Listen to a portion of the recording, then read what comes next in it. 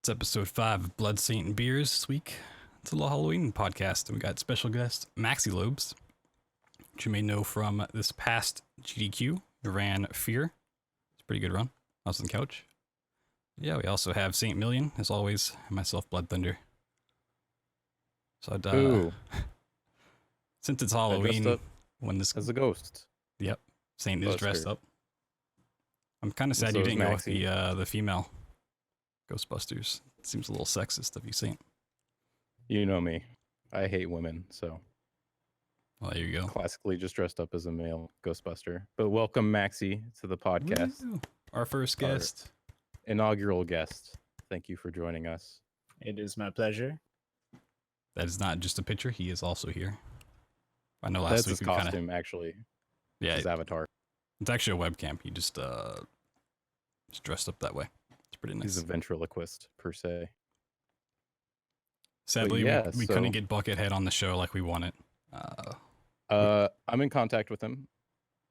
Okay. And by that, I mean I sent him a message. And I'm sure he'll get back to me at some point. Mhm.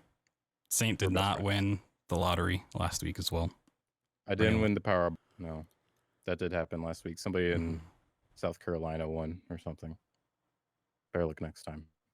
Next time, and then Buckethead for sure. It's gonna be on the podcast. But Mhm. Mm-hmm. in honor of Halloween, I came up with some questions I always have about Halloween and some traditions around it for you guys. Just a little feel for it. But where do you stand? Candy corn. Ooh. Some people love it. Some people hate it. Some people like the pumpkin versions of the candy corn. I think You for know, a there- time I did, but I think there's worse candy out there. So you can't really say candy corn is like the worst of the worst, but it's pretty bad. well, what candy do you think's worse?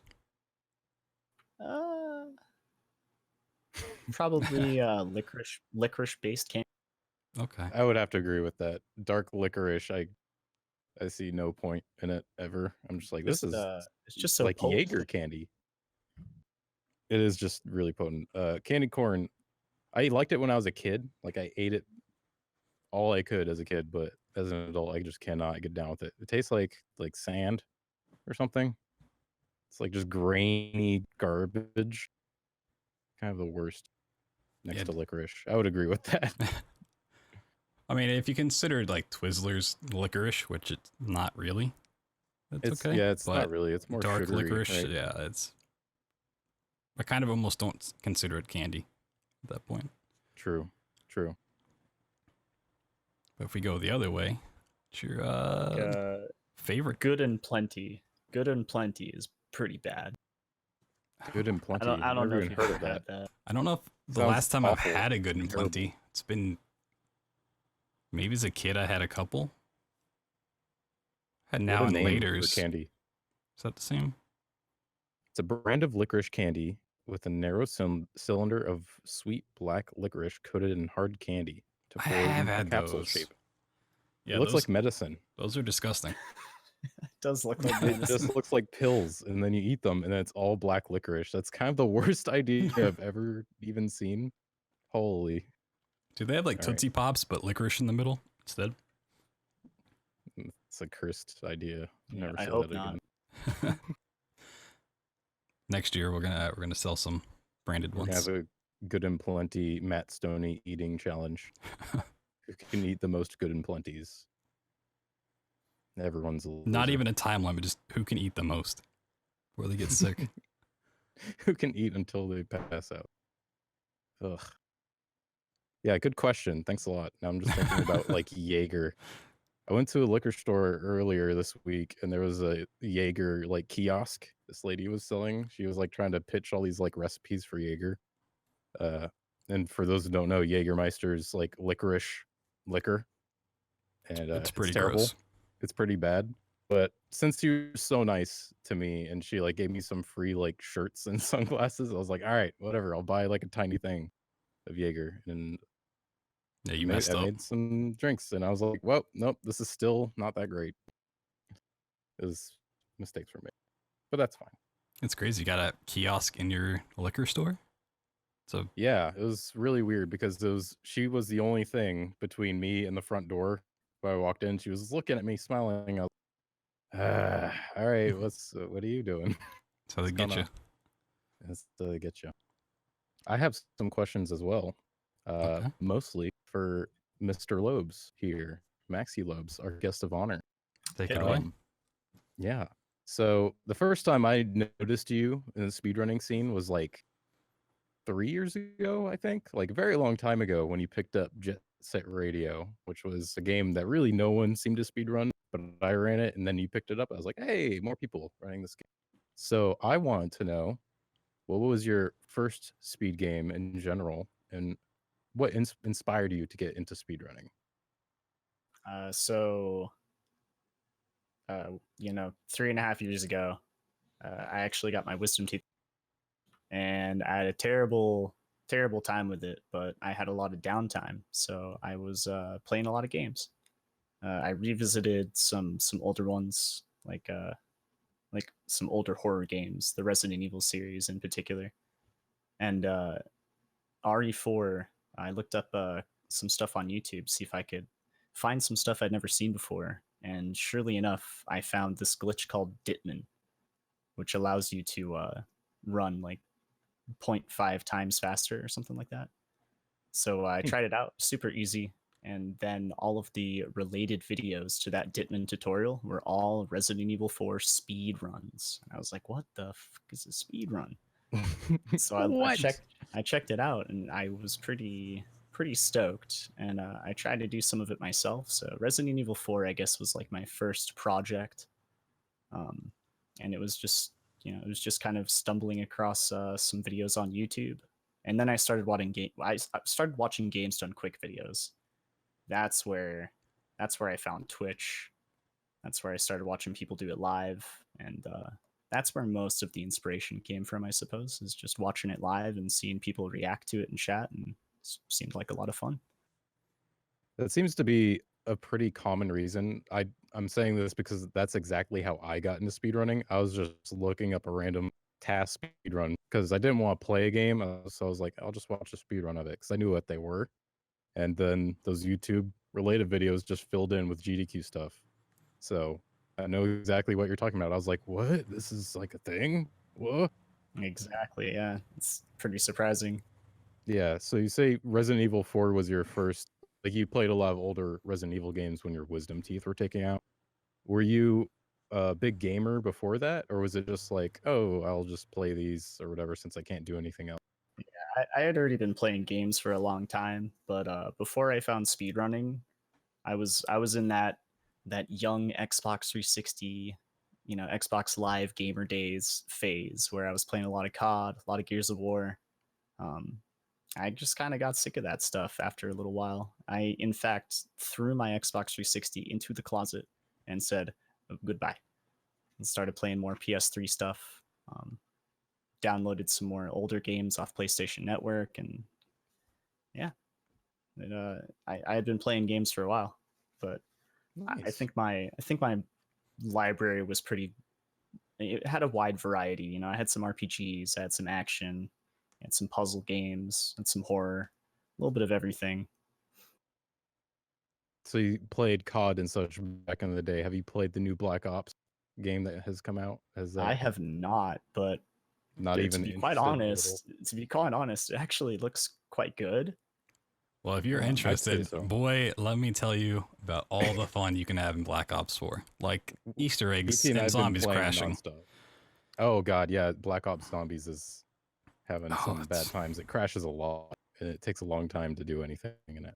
Unfortunately, Which is it seems to a be little like a unfortunate. memory leak. So it's the more you play and the further you get, the higher your chance of crashing is. And a lot of people, at least on like a certain map, Voyage of Despair, it has a tendency to crash more often than not on the final boss, which is like an hour and a half, 2 hours worth of playing through the game. It's a lot. They just put out a new Otherwise, update to the game today, so hopefully it fixes some things. But otherwise, Black Ops 4 is pretty good if you're interested in that. Again, I don't even play Call of Duty games that much, but I've been into it. Like, yo, this is super fun. Yeah, it's a nice point for people to jump back on. It seems like a lot of people who liked stuff in the Modern Warfare 2 era, COD 4 stuff, have come back for this one. Mainly because of Blackout, but they've picked up multiplayer zombies or whatever and liked it. It definitely seems that way. I kind of feel like I dropped off as soon as the Black Ops 2 came out. That's when I dropped off of that scene. That's right when I jumped on board. So for me, I've been carrying it ever since. And I don't know. I might drop off soon. Who knows? I mean, there's a lot of good games out right now, so you got options. It's true. More than ever before, there's like too much stuff to play. So you gotta just gotta pick what you're most interested in. So speaking of what you're most interested in, what are your most recent games you've been playing, either casual or speedrunning? Most recently, because I'm pretty big on horror games, I kind of have I know what I want to look for in a horror game, and I know what's good and what I don't like, But I played Agony earlier this year, and it was bad. Crying is Not Enough, bad. Conjuring House doesn't look that great. Infliction didn't look that great. Horror just seems to have this reoccurring issue where there's a bunch of Steam games that come out, and they're not all that great. But there's one game that I played recently called Visage. It's an early access. And it's not the first chapter that you get to play in early access isn't very long, but what's in it is extremely promising compared to pretty much every other horror game that has come out this year. So it is episodic, or they're just releasing it in batches? So I've heard a lot about it, and people have asked me to play it, but I haven't had time to look into it. I think it's going to be going by chapters. Okay. So the early access, they kind of just cut you off of content. Gotcha. Pretty much. But it's very promising. I'm actually going to be writing up some thoughts and stuff and sending it over to the developers and see what they think. Good man. Good man. But there's also some older games I've been playing. I played Final Fantasy VII for the first time ever. Yo, that was did you like it? Dude, it was great. Like I don't usually like games that are like super long, but Final Fantasy VII was pretty long, but I liked all of it. It never felt like it dragged. It felt like there was always new stuff happening with the characters. There's always good dialogue. The combat system is really simple and easy to, it's just easy to play. It's fun. Yeah. It's good. A lot of people's main criticism of 7 is that the story is like convoluted, but if you play it, when I played it as an adult, I was not like, I get what's going on. It's a little obscure, but I enjoyed the story. And yeah, again, the battle system and stuff, Materia. I love the Materia system. So cool. But yeah, FF7 is great. I'm glad that you enjoyed the game. I don't think BT plays many Final Fantasy games. I have not played a single one. That's fair. You should play 7. Maybe one day. Going back to Visage, this kind of looks like the developers took what PT was and just went running with that idea, which is super cool. That's just my initial thought seeing it. Did you play PT at all when that was the demo? I didn't have a PS4 at the time when PT came out, so unfortunately I couldn't play it. But a bunch of my friends still have it on their PS4s. A team that I'm on, Team Silent, we streamed it for charity one time. Nice. That was pretty fun. Yeah, PT was super cool, but Visage definitely takes that idea, runs off with it, and kind of adds a couple of other elements like a sanity meter, like Amnesia, some paranormal kind of stuff as well. There's like dynamic scares in the game, so doors will randomly close by themselves and open, and lights will turn off. And, it's neat. It's a great idea. It's definitely got some good ideas going. Just needs a little bit of tweak. Well, not a little bit. It needs a lot of tweaking, as most early access games. Yes. Yeah, it's always nice to see a promising horror game. I think BT was actually playing one. I forget the name, but it was like old-timey cartoony based. Yeah, it's Bendy and the Ink Machine, which episode 5, which was the final episode, came out this past Friday.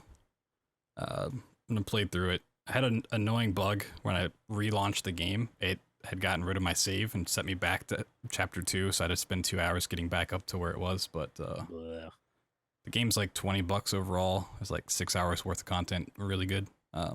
It's like the Cuphead aesthetic, where it's old timey cartoon. You're wandering around in a animation studio. Things come alive. I don't want to spoil anything about Chapter 5, but for me, it was kind of a step back from Chapter 4. But yeah, still definitely recommend it if you're looking for Yeah, it looks a horror game to play. cool. Yeah, I haven't played that one yet, so I should pick that up. It's probably on sale right now because Steam has a crazy Halloween sale. Oh yeah, Oh yeah, that's right. it was $15 a couple weeks ago, like 25% off. But I think it's 20 full price if it's not on sale. And apparently it has like a big cult following as well, like just Yes. of somewhere. Before Nice. I'd played it, I didn't know anything about it, and then going back and looking it up after the fact, it's got a crazy following, a lot of fan community stuff, and they incorporate that into the game via posters and little art decals and stuff. Tons of merch. Mm. If you want anything merch, standouts, posters, pillows, mask, they've got it all. It's The also fact that they have like go backed ahead. by the Rooster Teeth guys who know how to do merch well, so it's kind of cool to see. Do you want to trade off on questions for Mr. Maxy BT? Because I My have a bunch here that I wanted to ask him, but if you want to butt in and my questions are more general for everybody, but I mean, if you have specific Oh. ones for him, you can go for that. we can pepper those in, sure. He's our first guest, so we're going about this very rough. And if Maxi, Yeah, if you have so- questions you want to throw in there, feel free to do that as well. Maxy, did you bring questions? I'll go ahead and ask the next one. I Go got for it. here. So you've been in plenty of GDQs. I mean, I could be talking to BT as well, but Maxy, you've been to plenty of GDQs. What are some GDQ runs maybe that were your favorites, and how did you come to the decision that you wanted to start going to GDQs or any marathon, really? That's a pretty good question. I suppose that's a really good question. Carsey, I watched Carsey run RE3 like a while ago. This was a few years back when I had just started getting into things. Watched it from home. And that's kind of how I found Carsey even. So that run was pretty inspiring because I could see that even though Resident Evil games don't have like some crazy glitch or optimization, it's just playing the game really well and just going from point A to point B optimally. There's no like crazy tricks, and I kind of found that inspiring because a lot of the games that I wanted to pick up were pretty much the same, well, except for RE4 with the Ditman and stuff. But apart from that, it's very straightforward. You're going point A, point B as the best you can. But I also watched a lot of SM64 when I first found speedrunning, and I think that's just because it was very popular, very viewed. A lot of people wanted to see it, and that was pretty cool to watch. I remember I was at, I think it was the first GDQ I went to. There was a race of SM64. I think it was a 3-way race. I'm trying to remember everyone who was Was it? running. It's probably That's GDQ. Puncation, Cheese, and Simply, maybe. Was Actually, it at a point where Sig was in it? Wait, he never did races at GDQs. I'm pretty. I don't think it was Simply. I'm trying to remember who it was. Oh, I think it was Benny. yeah, maybe. Oh, was it the 3-way with Benny, Punkay, and Cheese? I think that was it. Could be pulling it out of my ass. I'm not sure. I think that was But it though. I do remember the Benny race, and I felt bad for him because everyone else was just leagues ahead of him. But he did kind of catch up a little bit. But yeah, just going to GDQ for the first time and seeing something like that, and I mean, every single time SM64 comes on a GDQ, that room is very hype. People are on their feet clapping the whole time. It gets pretty nutty.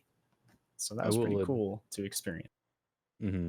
I will admit I'm not a fan of going into the stream room to watch runs, but things like when I was at AGDQ 2014, the Super Metroid race that was like super close, that room was packed and people were going crazy. Fortunately, every race can't be like that because sometimes it's just not close. or whatever, just because that's the nature of speedrunning. But when there are those moments, it is like super, super neat to be in the room for that. Yeah, I kind of feel like another reason why I even wanted to go to GDQs is because, you know, at the time, I suppose, you know, when you meet someone online, you know, you want to meet them in person.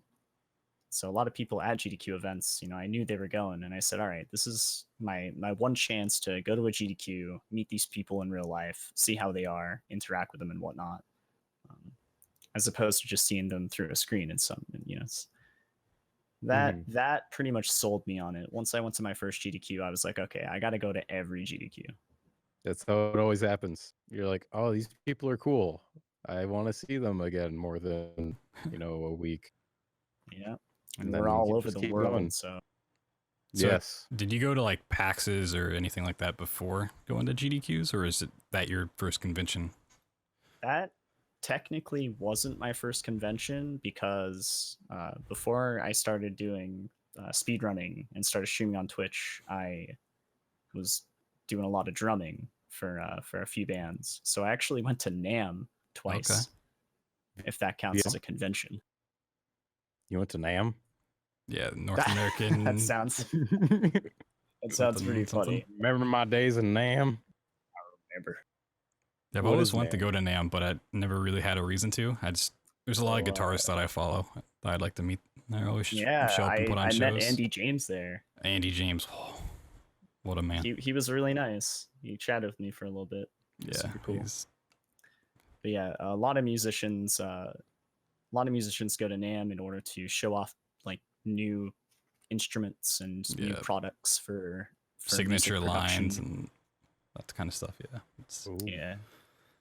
So I suppose that was my first convention, but it wasn't like a community thing. It was more like I wanted to go test out new equipment and go meet like, you know, musicians who were super inspiring for me at the time. But GDQ was way different. It was more of a community thing. You know, I was making friends who I still talk to today and still love to see. You don't think you're above average and above them in any way?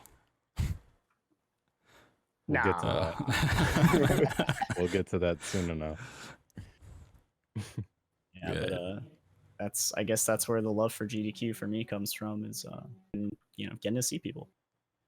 Do you think that once you went to a GDQ, your impression of them from watching at home changed dramatically, or did you think, like, before you went to GDQ, did you think it was going to be a certain way when you attended it, or, you know, how were your expectations met? Or I think my first GDQ, I didn't really have many expectations. I kind of just went in with, you know, without really knowing what was going to go down.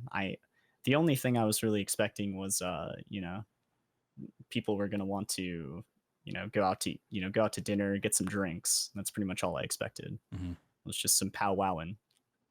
You know, let's get hammered. But of course, I don't actually drink very much because I'm a super lightweight. Okay. Hey, that just means you save money.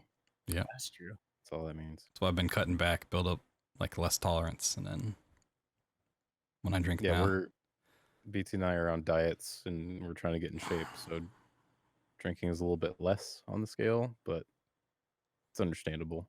I feel like I was the same way with GDQs, except I went when I didn't know anyone. That was the only kind of difference. But once I did start meeting people, it was the exact same thing.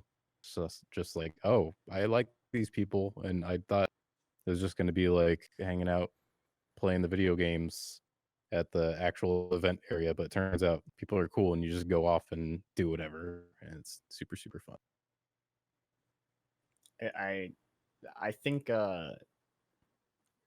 my expectations changed after I went to my first one. When I went to my second one, which was SGDQ, we went to Minneapolis. I already knew Minneapolis was probably going to be a more fun location. There's going to be more stuff to do in Minneapolis, and I was correct. Yes, it was definitely, definitely a much more fun time. But that was also my first GDQ where I ran a game, and that was nerve-wracking. Your first GDQ run, I don't even I don't know anybody who isn't nervous for like the first few minutes when you're on. Yeah, it's pretty crazy. Yeah, It I've is. done many runs, and every time I get up there, I'm still nervous. Even if I know what to expect from it, like what the worst outcome could be, it's like, this could Yeah. go so wrong. But You usually can ends up never being shake fine. that in the back of your head. You're just like, Mhm. I know what I'm doing. It's fine. And then you realize you're on stage and there's the camera with 100,000 plus people. You're just like, oh, okay. And they're I got all this, ready to I clip think. anything you do wrong and post it everywhere. Anything. Anything you do. But then as you start your run, you're usually like, okay, this is fine. I'll be fine. Yeah. Yeah, you start getting into the swing of things. Yeah, and then it's the most fun thing ever. On that note, are you going to AGDQ 2019? I am going to AGDQ 2019. Hell yeah. I won't be running anything, but I'm probably as usual. I'll probably be on the horror games couch. Yeah, you'll probably always get like pulled into it somehow. There are very few horror games that are in this marathon. So, Yeah, no love for them horror games. A little unfortunate there, but you know what? I'm not actually super surprised. I kind of feel like sometimes certain genres of games or just certain series don't necessarily make the cut, and they get kind of pushed aside so that new people, new runners who have never done runs before, can show off their new games that have never been in before. So I'm totally fine with it. But SGDQ 2019, I definitely hope there's a little bit more than like an hour 45 minutes of horror. I'm hoping Outlast gets in sometime soon, because it's a really cool game and it keeps getting rejected. So there's a lot of great Outlast runners that deserve a chance. There's just a lot of good horror games that too. haven't been shown off yet. Well, Like, good horror speedruns. Not all of them are good games. That's true. That actually leads me into another question I was going to ask. You're so prepared this week. I love it. Look at me go. So you're doing this month-long speedrun event called Macabre Month. If I said that right, I hope I did. Like Macabre. Yeah, you did it. Okay. Heck yeah. And also, I really like how you made a flyer for your Macabre Month that looks like a metal tour flyer with like all the names. They look like they're band names. I don't know if you did that on purpose, but I thought that was pretty funny. I didn't do that on purpose, but that's exactly how it took it. I was like, now that you mention it totally that's when you does just look take credit for it. It's like I'm looking at the Summer Slaughter lineup. Oh my god. And that was sick. But I wanted to know, in your opinion, and I guess BT's as well, because you ran horror speed games, what is the most slept on, underrated horror speed that people don't know about? Most underrated horror speedrun. Or the best, if you can't think of an underrated one. It's kind of weird because I feel like although myself and Maxy run a lot of horror games, we don't actually have that much overlap besides Resident Evil 7 and Fear. So it's like two different sides of the spectrum. I guess so. I remember when everyone was running RE7. Oh, everyone runs RE7. Whoa, everyone's running this. What's up with that? It's just a fun game, but wasn't for me in the end. Maybe the RE2 remake, which I'm sure Maxy's sick of people asking him about,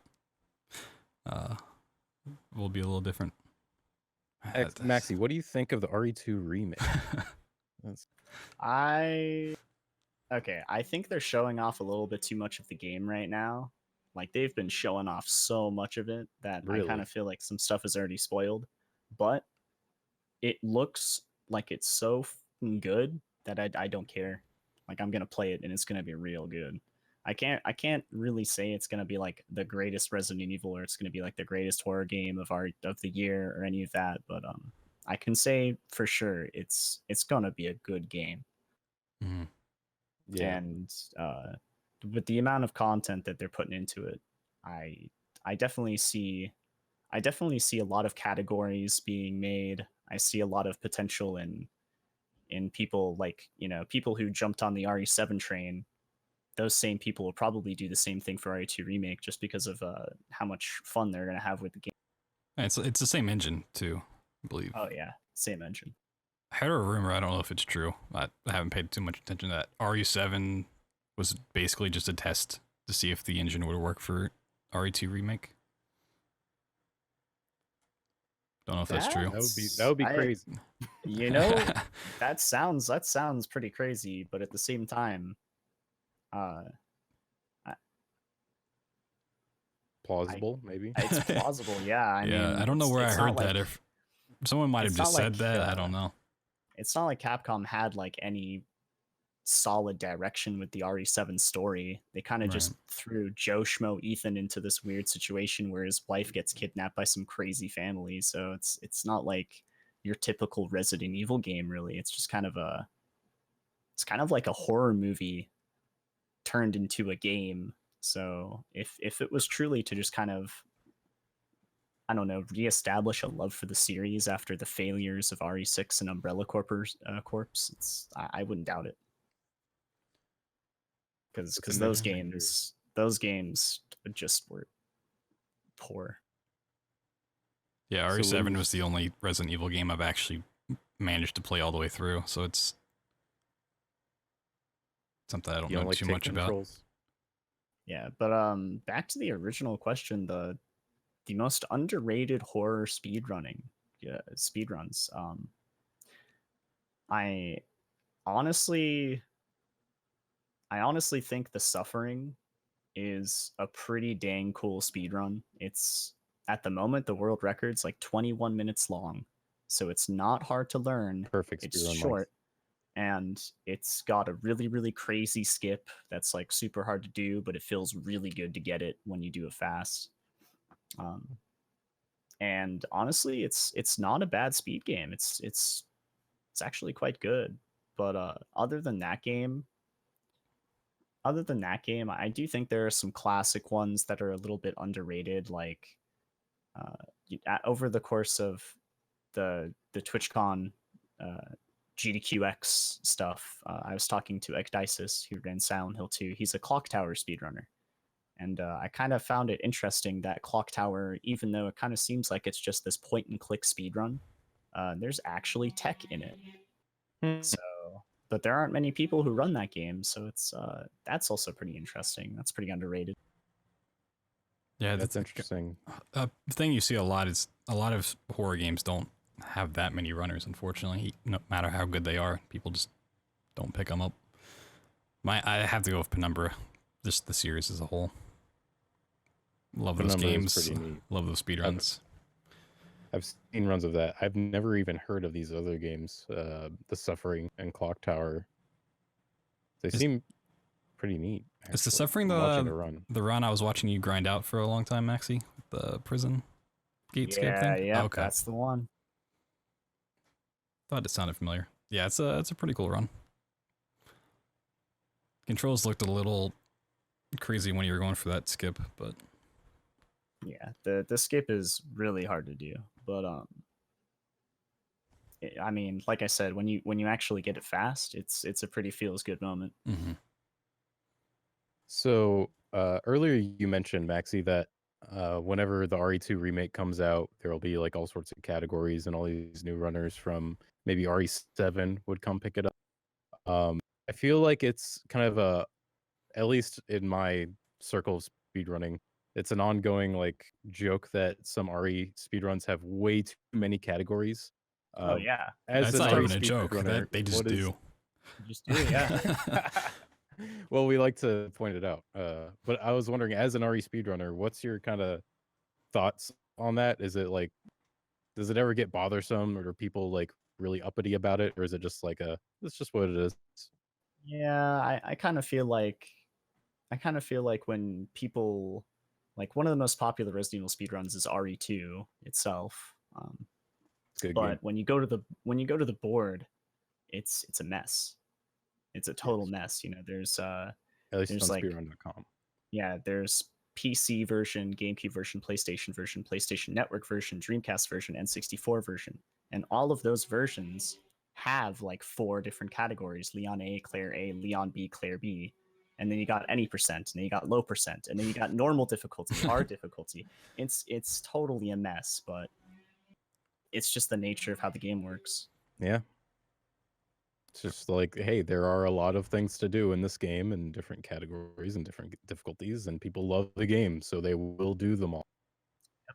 And obviously, the faster categories are the ones that are going to have the most runners. So it doesn't matter too much how many categories there really are, as long as people are optimizing the fastest way to beat the game. I think that's the most important thing. Mm-hmm. So, What's your favorite Resident Evil to speed? Oh, sorry. Oh, to speedrun? Yes. Or casual, Ooh, Just very either way. curious. Resident Evil Or- 4 is my favorite for sure. It's a good game, just in general. Yeah. I don't even play it that much, and I like watching RE4 speedruns. I'm like, this is just nice because this game is very good. Yeah, I would love to run Resident Evil Remaster a lot more, but the problem with that game is that there's stair skating, and stair skating involves using the tank controls. So you press up on your D-pad and then you just mash the X button, but you have to like mash to the point where you can run the game for like a few days, and after those few days, your right wrist is just dying. It just destroys it. You got to Yeah. break out that spoon strat, go to town. Yeah, it's hard. I would run that game more, and I'd like it a lot. But the stair skating, RE4 takes the cake. It's a really nice balance, I feel.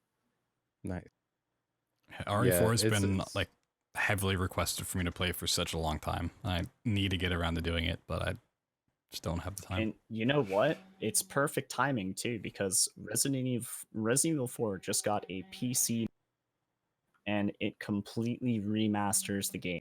Oh You yeah, got PC what? You kind of cut out for me for a second. It's a mod. So these there are like a few dudes out there who were like, okay, we're gonna remaster this game ourselves because Capcom don't seem to be capable of doing so. So they remastered the whole game. They released it as a mod. It's like 30 gigabyte download. It's a lot. Oh, wow. It's worth it. It's really Okay. worth it. Like every single texture looks so damn good in comparison to the original. Like you can go on Google and just look up screenshots, and it's insane. Is there a name for this mod? The real Specifically? HD mod. If you go to re4hd.com, I think that's the site. Okay. wow. It's always weird when users kind of take the reins in terms of making a game better, kind of like when Dark Souls came to PC. Dark Souls didn't have like native 1080p support or something weird like that, and users found it in the code. They're like, yeah, you can just unlock it with this mod we made. It's like, what? But this seems to have taken that a step further to just like make it look gorgeous. Oh yeah, I'm looking at a comparison of this. That looks nice. Yeah, it's always nice when there's users dedicated or like Oh that yeah. have the drive to actually go out and do that for the community at large. And this is like a 4-year project too. They started in 2014. Wow. Wow. That's awesome. So yeah, BT, stream this game. Yeah, maybe. I mean, I'm doing some other Yeah. Halloween games tomorrow, so maybe next year. Unless I What do it games for, have- What? Go ahead. No, you. Okay. I just unless I want to do it for like Thanksgiving or something. Spooky Thanksgiving. Thanksgiving. It's Yes, yes. I'm running out of questions. BT, ask a question. okay. Well, on that, since speaking of other holidays, Got him. this is one I feel pretty passionately about when it comes up, but is Nightmare Before Christmas a Halloween movie or is it a Christmas movie? Some people argue it's Halloween, but I'm pretty adamant that it's not. It's just a goth kid emo movie that can be watched any time of year, but it's a Halloween movie. No, it's not. Yes, it is. They live in Halloween Town, but it's the Nightmare It's Before the Nightmare Christmas. Before Christmas. Christmas hasn't even happened. Halloween's before Christmas. I mean, everything's before Christmas. Exactly. And it's not on Valentine's Christmas. Day. Well, that's also not Christmas. Yes, correct. It's Okay. a Halloween movie. That's my official. We'll stance. debate it again when Christmas comes around. We'll go back. But since we were speaking about conventions and everything that just happened, TwitchCon was this past weekend. And boy, there's a lot of stuff that came out at TwitchCon, which is, And Maxy went. yep, Maxy did go. Maxy, how was Oh it? yeah, I Tell us witnessed it about it. all. I You was know there, what? man.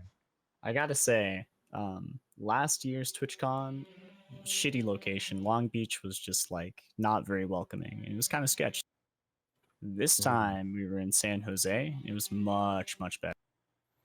Um, way What less was sketch. A lot more things to do around the area. Good food. The only problem was that this TwitchCon just had so many more people, so it was packed. So Friday was people were waiting in line for 5, 6, 7 hours just to pick up their badge on Friday. Yeah, my whole Twitter feed was just Jeez. pictures from people and people retweeting other people's pictures of just like 5 blocks deep lines waiting to get in and get their badges. It was I feel like that happened last year too, because I remember seeing a tweet from Germa. He's a YouTuber, and he was just like, "I'm sitting on this bench. Everyone's waiting for the badge. If you want to come hang out, I'm over here." I was like, and he just like showed the line. I was like, Jesus Lord of Christ, yeah. why is that happening? I don't know if you And went to that's any of the unfortunate. parties or not, Maxy, but I heard the wait times for did. those were just as bad. Like 45 minutes There to get was, in, 30 minutes for a drink. I don't. Yeah, I waited almost an hour to get into the Discord party. Whoa. And I guess that was too long for me because I'm not getting drinks, Right. free drinks. Can't take advantage of that because I wasn't in the mood for that. But yeah, I waited like an hour to get in there. It's always good to see your friends and chit chat, but waiting in line for an hour is always a pain in the ass. Yeah, But that stinks. But what was even worse? Let me tell you what was even worse. The official partner party. I've heard The official about partner this. party got really packed, like super overcrowded. And the reason why is because there were a lot of partners who had +1s, right? Now, +1s are cool. But when a bunch of people come to the party and say, "Oh, I am so and so's +1," and the security is just like, "Okay, go on through," it kind of gets. There's just no checking There's whatsoever. no checking. Nobody had any wristband verification. There was there was no pins. There was no way to like scan your badge to make sure that you already. I don't know. The security was definitely not ready. In fact, I would like to think that not only the security wasn't ready at the con and the parties, but like just literally every event that was attached to it. The only time where the parties weren't like super crowded is when they were small get-togethers put together by like I went to a get-together for Hunt Showdown, if you're familiar with that game. Yes. The developers put on like this little get-together at this neat little bar, served some nice free food, and there weren't too many people, and it was really nice. Like we could all chat and hang out, and it was super nice in comparison to the partner party. Sounds way comfier.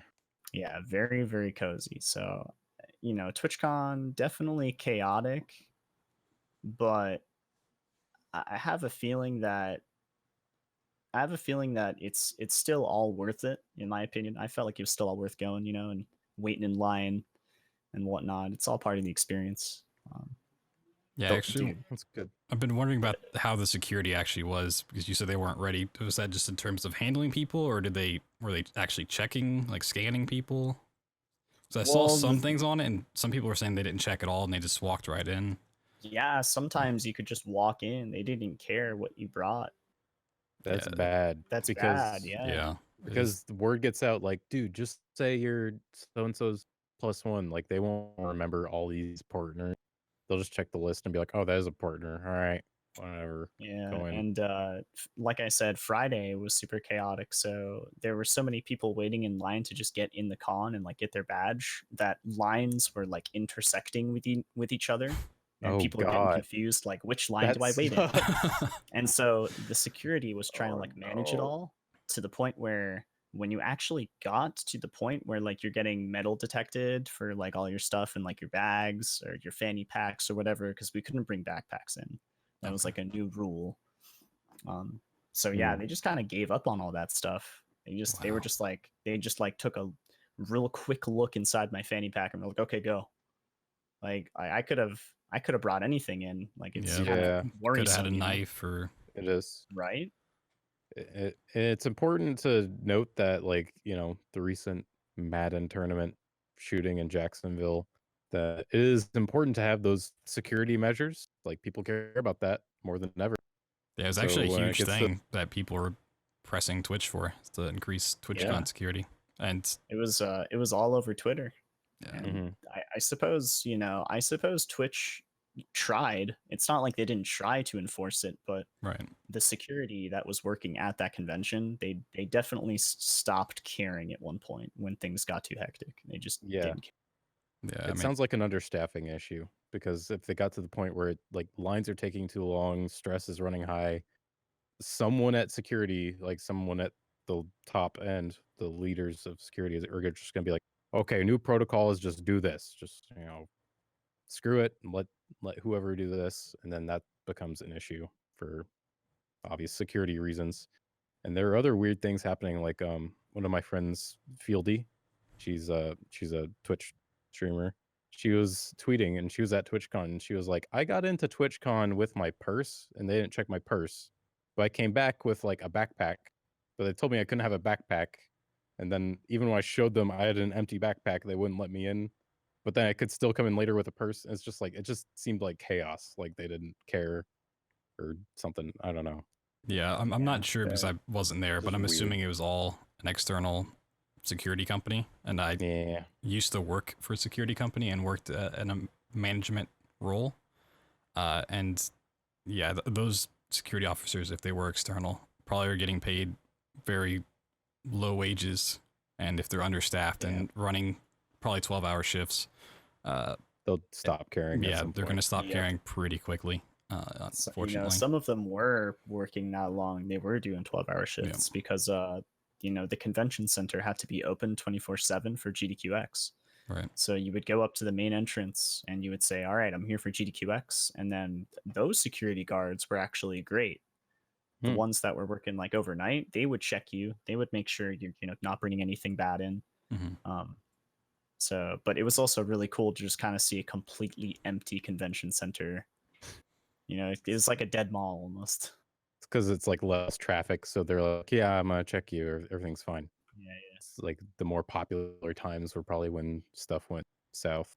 yeah. Yeah, I Makes mean, sense. luckily nothing did happen. At least that hasn't come out yet. Yeah, nothing seemed to go down, which is, I would say that's just luck. Right. I think in just in about 2018, yeah. it's just I luck. think anybody could have done something, but I mean, it didn't even have to be Nothing inside happened. the event. It could have been outside in the lines where there's yeah, no you're security. right. Yeah. So hopefully GDQ, when it That comes is around, has a good security plan in place. Hmm. They usually have a couple guards here and there, but you never know. But yeah, Yeah, going over Twitch- the TwitchCon keynote that came out on, I think it was Friday. A lot of new stuff coming in the works. We got a lot of Like- mod tools. mod tools Oh, where I you didn't can hear about this. you can write like if you time someone out, you can leave a message with it, and if you click on their name, like any mod clicks on their name, it'll show the reason why they're timed out. A little comment. Nice. So you got And that. the history. Lovely. Yeah. The history lasts a while too. Yeah, there's a lot of things people have been asking for, like cumulative sub badges instead of just streaks, which is super cool. VIP badges, which is an interesting thing that apparently some of the bigger partners have been asking for, and it makes sense. You can like mark someone as a VIP without making him a mod. So if you got a friend that comes in stream or a developer, you can give them that title. And they stick out a little bit more. Squad streams, which you can is multi-Twitch. Plenty of other sites did it, but now it's native to Twitch, which is cool.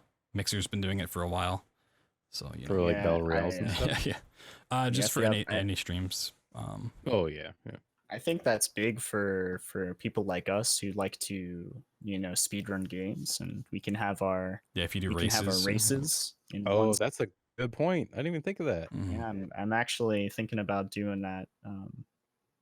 Couple of fear runners get together, do some fear races. Yeah, it's all. I think it was JP from Drop Frames when they were doing their podcast at TwitchCon. They were mentioning some of the stuff, and he had the idea of having a squad stream, but it's one show, just different camera angles. So you, like if you're doing D&D, you could have different camera angles or whatever set up for production instead of just one. So that was kind of Gives you cool. the tools to do some interesting different things. Yeah, it's always nice when they give you some tools and people find different ways to use it that aren't really the intended way. It is. But we have Snap Camera coming to Twitch. You can add Snapchat filters to your Twitch stream now. Oh So boy. I don't know who's asking for that, but it's Someone. Yeah. Someone's gonna use it, and it's gonna be neat. yeah, IRL is gonna be filled with But- that, I'm sure. You can already use apps to stream video from your phone to your True. OBS. Takes a little bit of research, but you can do it pretty easily. But not with Snapchat filters. Yeah, it's apparently a desktop program that you can run. That's convenient. Incoming new category on Twitch, just Snapchatting. I mean, pretty much. Just snapping, just Instagramming. I mean, that's what No big deal. IRL is these days, for the most part. Feels like that part of Twitch is so like flexible. It's like people are just doing anything. It's like just Yeah, it's hanging true. out, just doing this. Well, in that vein, they okay. also announced Twitch Sings, which is their new, I guess, show that they're trying to do, where you can do karaoke Yeah, and that was participate. at TwitchCon. A lot of people were doing that. Yeah, they had a little preview. Did you go up and sing, Maxy? I am absolutely terrible at singing, so no. I'm actually trying to practice singing. Well, there you go, Singing's Sam. hard. Oh yeah, it's hard. Singing's really hard, it turns out. It's like playing an instrument, but it's much harder. And if you But mess up, it karaoke's sounds fun. a lot worse. But at karaoke, you just get some drinks in you and sing, and it sounds good to you. Yeah, That's when, cool, though. when that comes out, we'll have you go on it. You can tell us about your experience. We'll have a karaoke podcast. I will be absent from that one. Oh, it'll just be me. Okay. So do we want to talk about this Twitch speedrunner Dust sparks online anger from TwitchCon comment? Has anyone seen this? I think a lot of people have seen it at this point. Oh yeah. So to give context, you can just Google it. I just Googled TwitchCon. Wait, what did I search for? TwitchCon Dust, and you'll find the clip about this guy who's at a questionnaire. Was this a speedrun panel? What was this panel for exactly? I actually don't know what the panel was for. I don't to think be it was quite speedrunning honest. related. 'Cause Yeah, it was not speedrunning related. Okay, I found the title. It was called "The Professional Streaming Mindset: An Interactive Discussion," where people in the audience could ask questions to some streamers. I don't know how they selected these guys. Well, I This believe Bike does- Man was on it. But I Bike don't, Man was on it. I don't know who that is, but he's saw a it. pretty big Twitch guy. Yeah, he's an Oh, old boy. okay. Mm-hmm. Oh, okay, gotcha. He did look familiar. I didn't know who he was, and someone named Elspeth, which I've never heard of either. Is that with the P Elspeth? Or Beth? ELSPETH. Okay, I've heard the name before, at least. Yeah, but this guy, Mhm. I don't know how he Yeah, got this on this Dust panel. guy. Some but girl was he's- asking, I want some fucking interaction with the streamer. She does say that. I didn't just add that in there. Right. She was dropping them F bombs, and this guy Dust, he's like, so basically, I don't relate to. I don't feel like I need to relate to everyone. I feel think like he said he I'm kind doesn't. of He doesn't want to relate. He doesn't want Yes. to have a relationship with viewers. Yes, and he kind of encapsulates what he's trying to say. He eventually gets there stuttering and saying all these things, but he says he feels like he's above the average person and it's kind of a god complex. And it's turned into a pretty great meme that I very much enjoy. I think the best part out of it is just Bike Man just like looking around afterwards. That's like, Yes. great. Yeah. Yeah. Mike Man just going like, ooh, oh, you shouldn't have said that. But it's an entertaining clip, and being the above average gamer or person is a good meme in my opinion. And his Very Twitter's solid been meme. and his Twitter's been a chaos, a Wild West type place ever since. He's gone very defensive since this whole thing. When I was watching it and he was stumbling to find what he wanted to say, I thought for a moment he had a small nugget of truth, which would have made sense, but then he went the whole I'm above average. But it is hard for someone who's watching to relate to someone who's streaming because it's a very different situation. That's And always I going to be. thought that's where he was going with it. Like you playing a game and streaming it is a very different situation than just sitting there watching it. It's a very different mindset when you have to constantly be interacting with chat and focusing on what you're doing. So they're going to make fun of you if you're bad. If you miss something, you're going to get called out on it. There might be spoilers you got to watch out for. The But pressure of just generally, getting they're up there and 'cause they streaming like every you. day is. Mhm. So on that level, I could see if he was going that route of not being able to relate, but just saying that you're better than the average person is kind of a step in That comment the other is direction. where it went downhill. Yeah, it And is you understandable.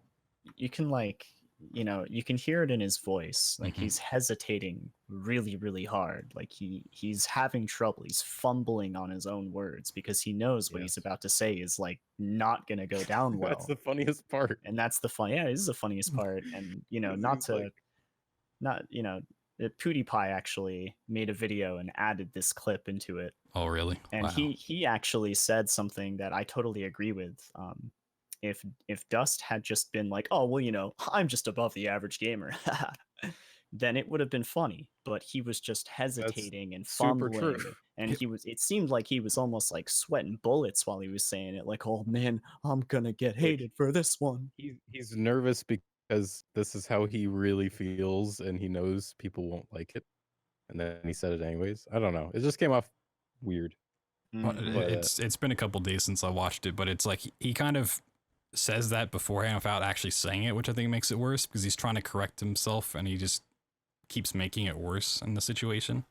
Yeah, Mhm. it just kind of makes you question like how did he even get on the panel? Yeah, Yeah, I was like, wait, who is this guy? And then Sitting people, next to Bike Man, dude. yeah, and then people start digging in as they do. And they're like, oh, he only averages 40 something viewers.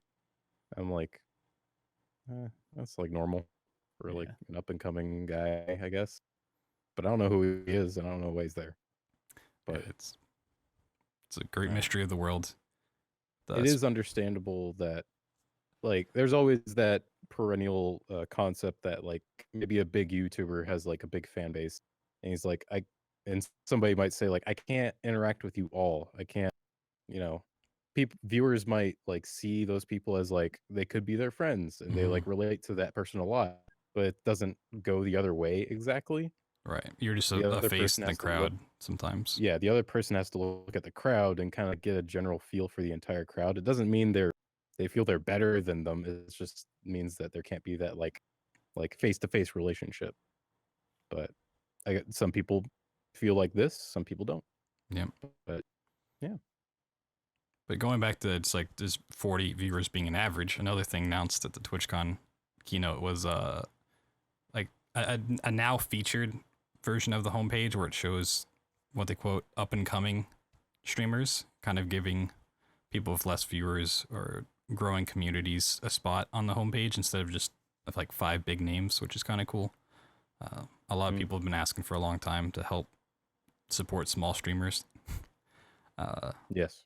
So it's cool that they're looking into things like that. I think they mentioned on the keynote, or maybe it was the Drop Frames podcast, that one of the I think it was the Drop Frames podcast because had one of the guys from Twitch out there actually answering some questions.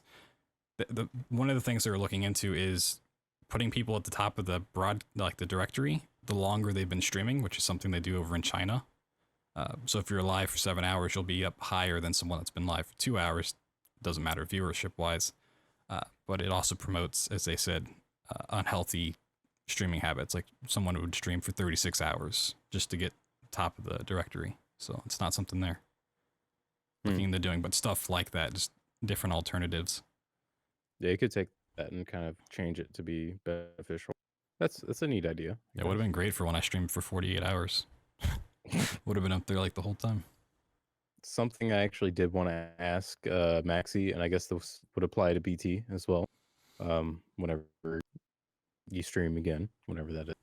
Who But knows? as a full-time streamer, what do you feel is your biggest challenge as a streaming full-time? Personally? Streaming. Oh, The streaming is my biggest that was challenge. easy. all right. Next question. No. You know, just lowering myself to have that interaction with everyday common folk. Really got to come out of the clouds for once. Interacting with below average people. Actually, I have a joke that I wrote just for this podcast. Can I say it? Sure. Yeah.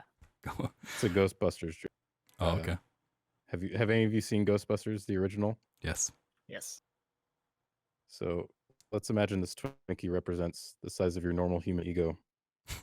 According to the clip from Twitchcon, this Twinkie would be approximately 30 feet long and weigh 600 pounds. So that's my joke.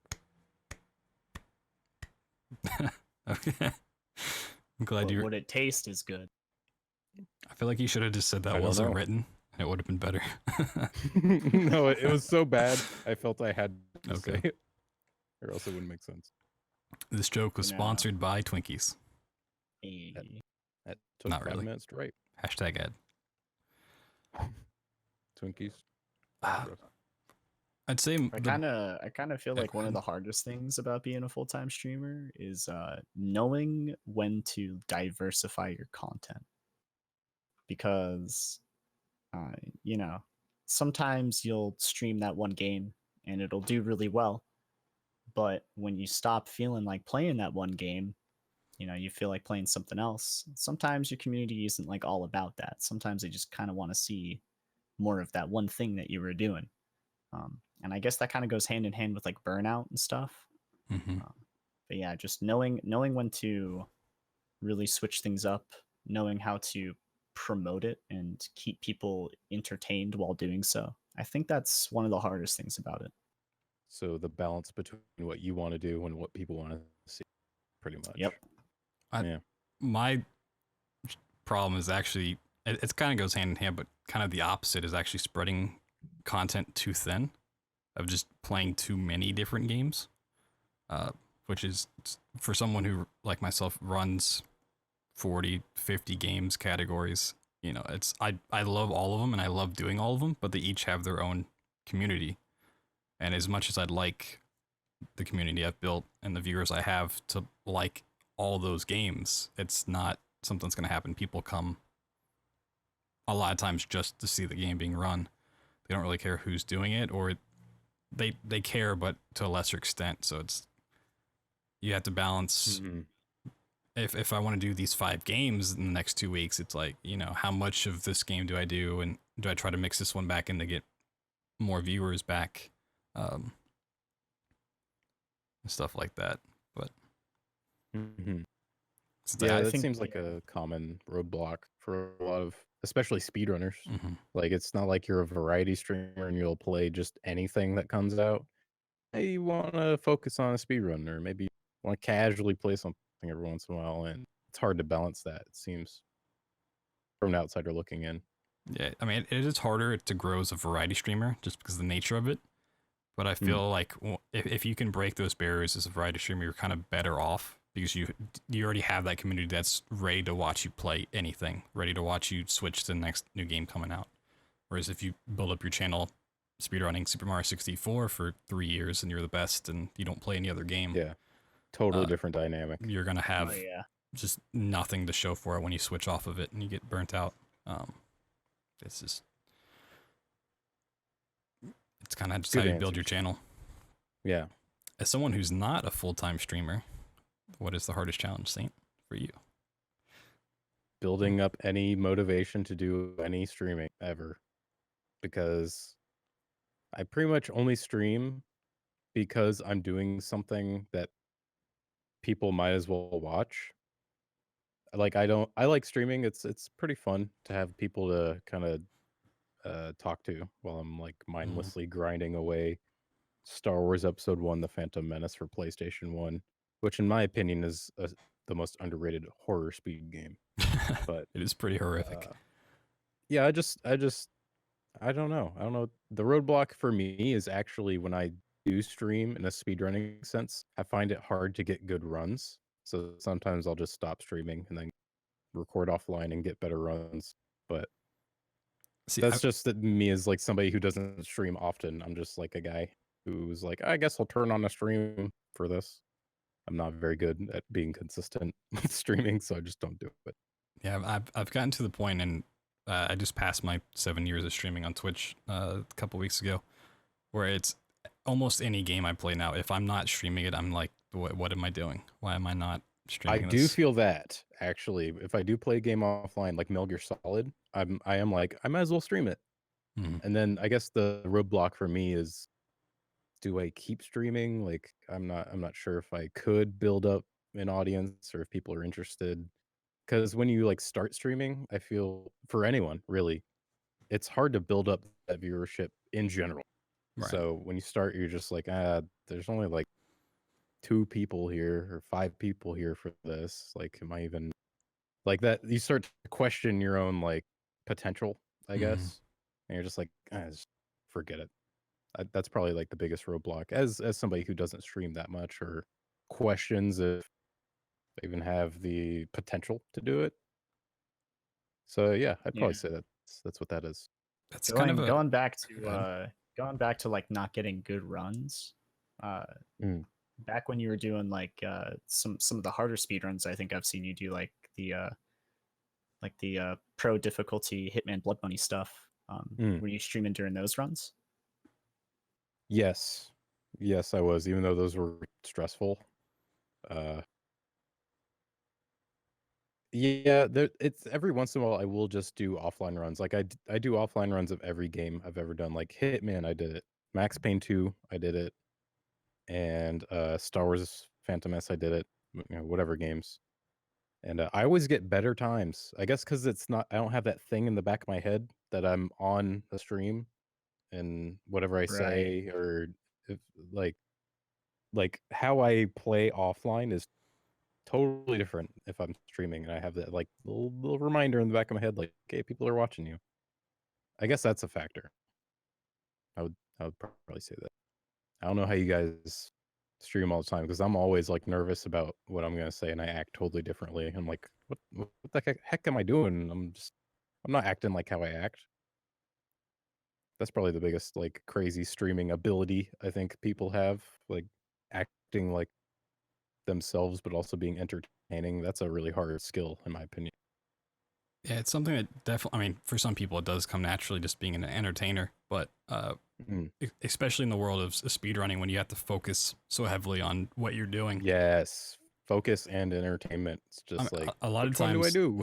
I find myself, I'm just like, even if chat's like slowing down a little bit, it's like I try to pay attention to chat, but I'm like just really commentating on what my thought process is so that I can keep myself in the game, but I can also use that to let people know Right. what you're thinking. So they have That's probably a some good way of idea doing of it. like, even if I'm not explaining the game, they know like, oh, he's trying to go after this because he wants to do it this way, or this part he just did was bad because of this. Yeah, But even It your is. your thing about only so many people watching and is it worth going? That's something that never really goes away. At least, I mean, maybe it's different for Maxy, but it's even sometimes when I'm streaming, it's like if numbers are lower than what I'm used to and it's chat's kind of slow that day and I'm not feeling it, it's like, should I just take the day off? Should I just go rest, try again the next day, or, stuff like that. It's not an issue that you hit a certain level of success and it just easily becomes fun time all the time. Yeah, I feel that.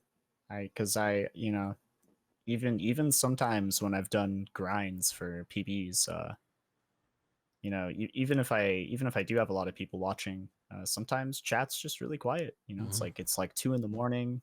I'm on like the 28th attempt. It's been a while. It's been like 7 hours of stream and chat's dead, and you kind of just think to yourself like, man, maybe I should have stopped a little while ago, or what am I doing? Am I gonna PB? What's going on? So Yeah, it is a different like beast of streaming. I feel because speedrunning, it's just like, yeah, I would be doing this offline, but like I like to stream it. And then there are times where it's just like, wait, am I the only one enjoying this, or like are people just quietly lurking? I feel like there are a lot of lurkers who totally enjoy it, but you just don't like remind yourself of that enough.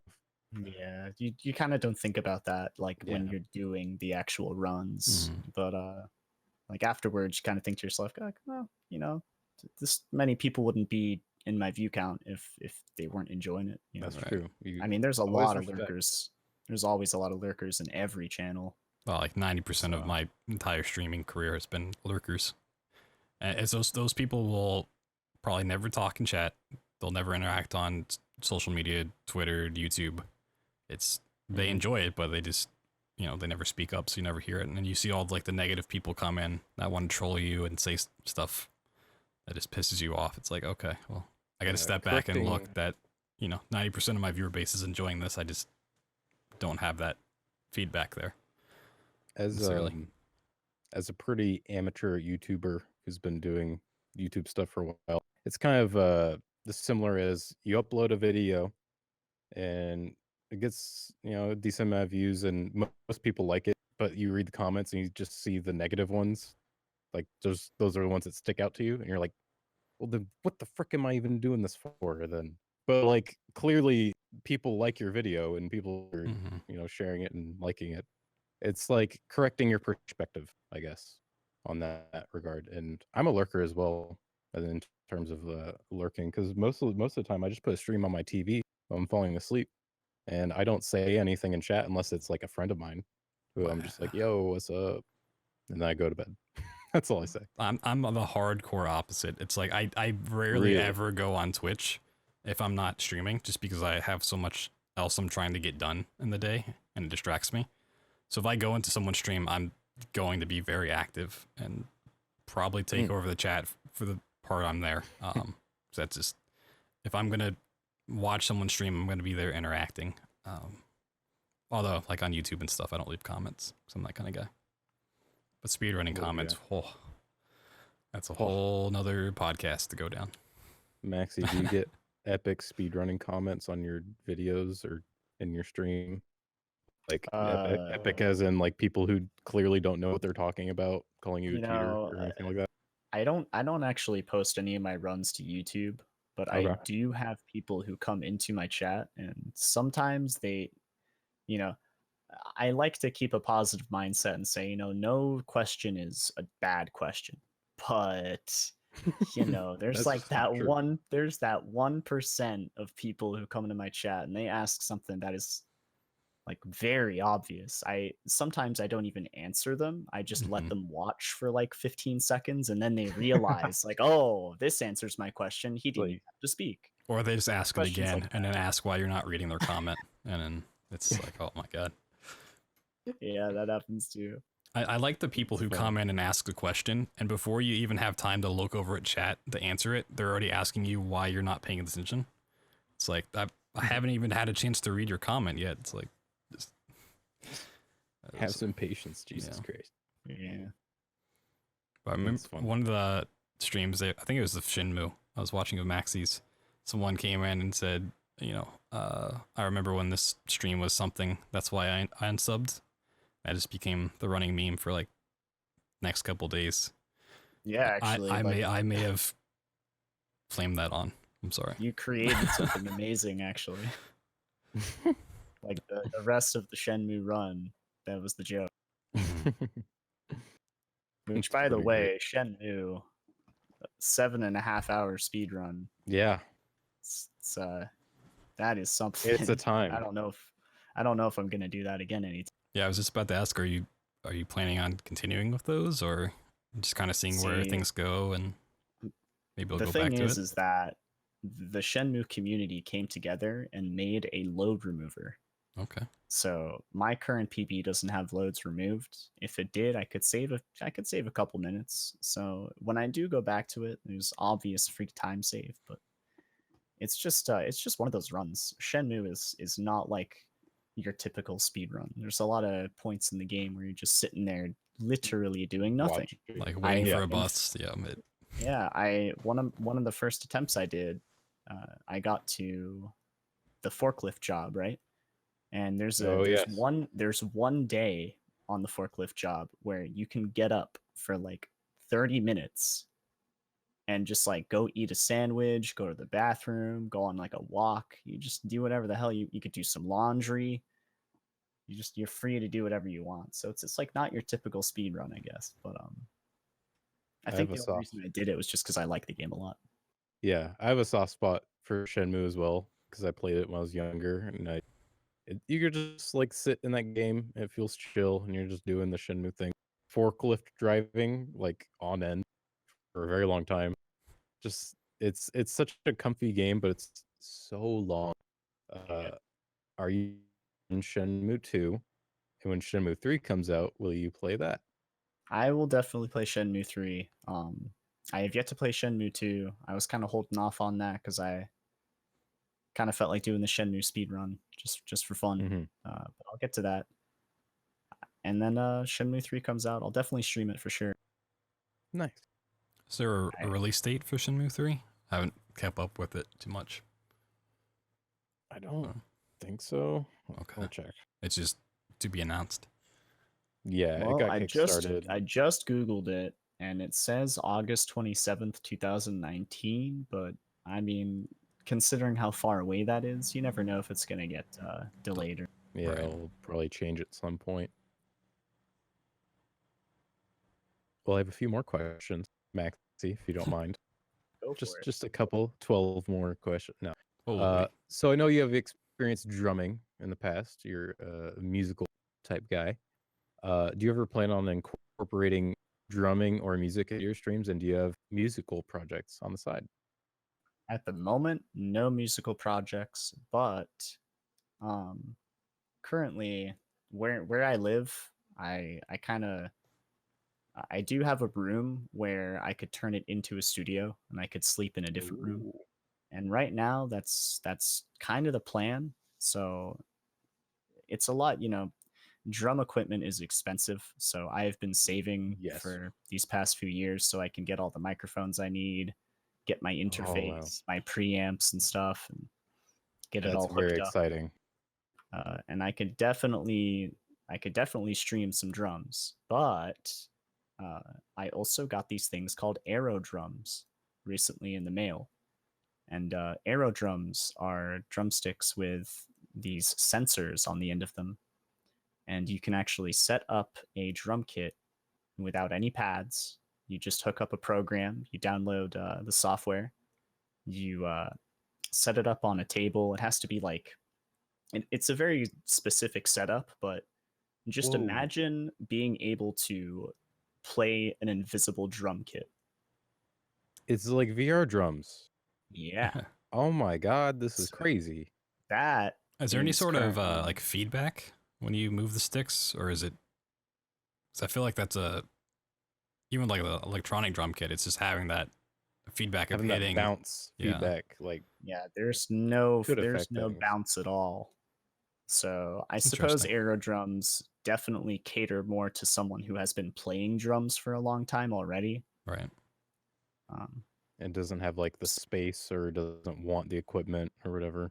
Yeah, or if you're traveling a lot and you just kind of want to hotel room practice. Right, there you go. Airplane practice, Hey, just anywhere, like, dude. You're in your tiny seat next to like this port. You're in the middle seat of two people. You're like, you just keep smacking them. Hilarious. Oh, sorry, my bad. Just driving in your car, just playing. I got a gig. You're on a road trip, just like in your car. Cruise control. You put the seat back. Like, yeah, just get a Tesla and you're good. But yeah, that's currently what I'm trying to work on right now. Because that's wild. I as soon as I started streaming on Twitch, I did tell my bandmates, like, I'm going to be really busy doing this. We don't really have too much going on, so if we can continue playing music and making new music, that's cool. But I'm going to be pretty busy with streaming because I had faith. I thought to myself, like, I could make this a thing. So. Right. But yeah, I do miss being in a project. It's definitely something I miss, but I know in due time I'll have my own project. I'll be able to record drums at home and make that kind of content instead of being in a band trying to get on tours and record deals and all that stuff. It's stressful. It's a stressful life trying to be a musician nowadays, especially in the progressive metal scene. Something that has taken off in the past few years, but I mean, bands like Periphery, that's probably one of the biggest progressive metal bands as of recent years, and they didn't start and just suddenly all this money started popping up. Oh no. They've been working. They their really asses blew up. off. They really blew up in recent years. And it's pretty their last great. album did really well. So was that what was it called, Alpha? Or what am I thinking of? Alpha Omega came out, and then they made another one. I'm forgetting what it's called. Periphery, like Start Game or Ready Play or something. I don't remember. Yeah. Select Difficulty. Select Difficulty. That's what I was thinking of. That's the one that seemed to have blown up because I was like, wait, who's this band? And I had listened to all their stuff, and I was like, this is pretty great. Yeah, and it's just crazy because if you think about it, Misha Mansour had a project called Bulb, and it was just him making music in his room back in 07, 08, before the progressive metal scene became big and stuff. So it takes a long time to establish yourself, and I definitely give major props to Dylan, who I worked with for a couple of years, and we made an album together. I'm pretty proud of it. But is there a place people can find that album if they want to go check it out? Yeah. It's on Bandcamp. Okay. It's called Juxtaposition. It has a remastered version with new vocals and a slightly new mix. Cool. I'll try to find the link for that and include it. Podcast. If people want to find it. Dylan Fur, DYLAN FURR. Stocks in them. Well, Maxy's playing drums in it, and he's really good, actually. I was caught off guard by how good he has hit drums. I was like, whoa, this is sick. Yeah, I've been playing since I was 17, so it's been a solid 8 years. So someone who does drum, how do you feel about Rock Band and Guitar Hero drumming? Honestly, it's a great way to actually get into drumming. I feel like a lot of people are like, oh, why don't you just play a real instrument? And it's like, dude, do you even know how fucking hard it is to play Guitar Hero at that level or Rock Band? It's definitely hard, and it trains you, it trains your muscles. Yeah, BT. It does. My problem is with the guitar. I like end Guitar of it, Hero, but I still play it. It does take a high level of skill once you get into it, especially FCing a whole bunch of stuff and all the crazy tracks that they do. Yeah. But it's nothing like the actual thing, but right. It definitely is. It's a good it's a rhythm game into it. Yes. I know plenty of people who played those games, and they were like, oh, you know what? I want to try the real thing now. Yeah, and they ended up getting better and playing music and making music and being good at it. So I think it's a good way to get into music, but I definitely don't think that, hitting pads is necessarily a good way to get a feel for drumming. When you're on a real drum kit, it's totally different. It really is. So that kind of goes for just electronic kits in general. Or you can get an aero drum. Yeah. Not hit anything. It's just nothing. That's the most disconnected from real drums. It is very interesting and very cool. But it is, yeah. I wonder if they have that for guitar. You could just do actual air guitar. I have to look into that. God. Well, you never know. That would have to be the most precise VR You ever. just put it on your fingers and then you'd be, I don't know. I can't even imagine how intricate that would be. But maybe in 5 years we'll have that. Maybe. Look forward to it. Yes. Well, next question I have here. Got more? Oh. Nice. I was just going to ask if you had more. Yeah, I was going to say, what's your, Maxy, what's your favorite drummer and artist? Most influential artist? Who is the best drummer? I would say Danny Carey from Tool. Oh, okay. He's he's an amazing drummer, but it's because of his knowledge. He knows how to write his drum parts so well that no other drummer really does it like he does. If you listen to some of the more complex things that Tool have wrote, he really shines. He's the one who creates the back end so that the bassist like Justin can create his bass lines and keep the rhythm and stuff. Danny's holding it down, but he's also a very specific type of drummer. There are other drummers who I think are definitely on the same level. They just have a different style. Like somebody who I have looked up to for a while is Tony Royster Jr. And he's very much so like a jazz fusion, gospel chops kind of guy. So I'd say it's a tie between those two, just for being so different in style. Did Tony Royster play for any well-known bands or projects or? He definitely played for a lot of bigger like hip hop artists and stuff like that. Let me go check. So he's kind of in the industry, well known. You might have heard him, but you don't know who he is necessarily. Is he a musical group? I just know a lot of vocalists and guitarists, unfortunately. Yeah, drummers are kind of the most underplayed, important people in bands, it seems, especially in metal. I'd say the bassist is definitely the bassist. Yeah, they're both kind of the backbones of bands, and then everyone else just sits on front and soaks it all in. So Tony Royster played for Jay-Z, Big Sean, AWOL Nation, Tori Kelly, Katy Perry. So big industry stuff. Yeah, industry drummer who's just super pro. Oh yeah, unsung hero. I always wondered how you get into that, like how those people get into that gig, like just having the connections to do it. Yeah, connections, talent, skill.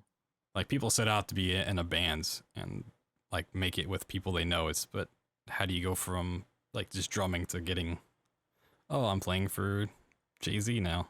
Yeah, it's kind of crazy. It's definitely kind of like a mix between connections, like who you know, and also who, like what companies are looking at you. So like if let's say you're like an upcoming drummer and you get a deal with like a cymbal company like Zildjian. Yeah.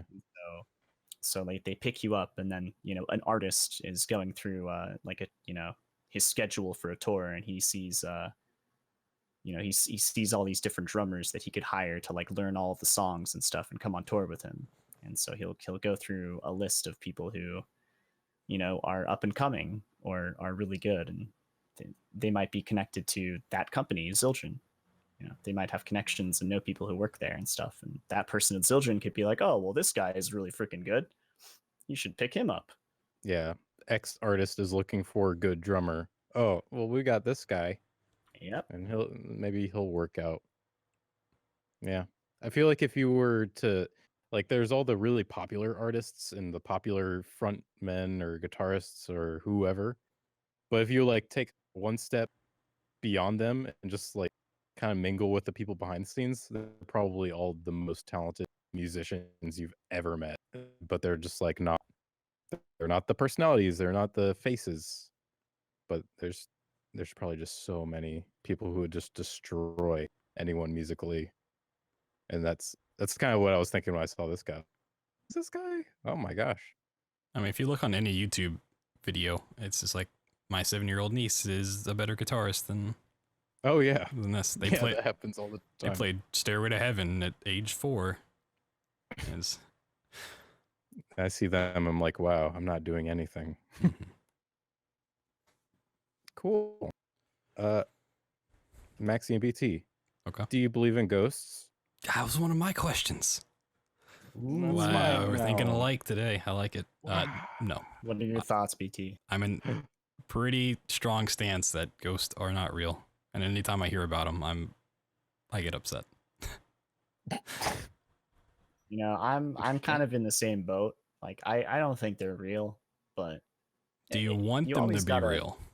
The thing is like sometimes you go online and you hear these stories, you watch these videos of like paranormal things happening, and you think to yourself like, well, how can that be staged? Like how would they stage that?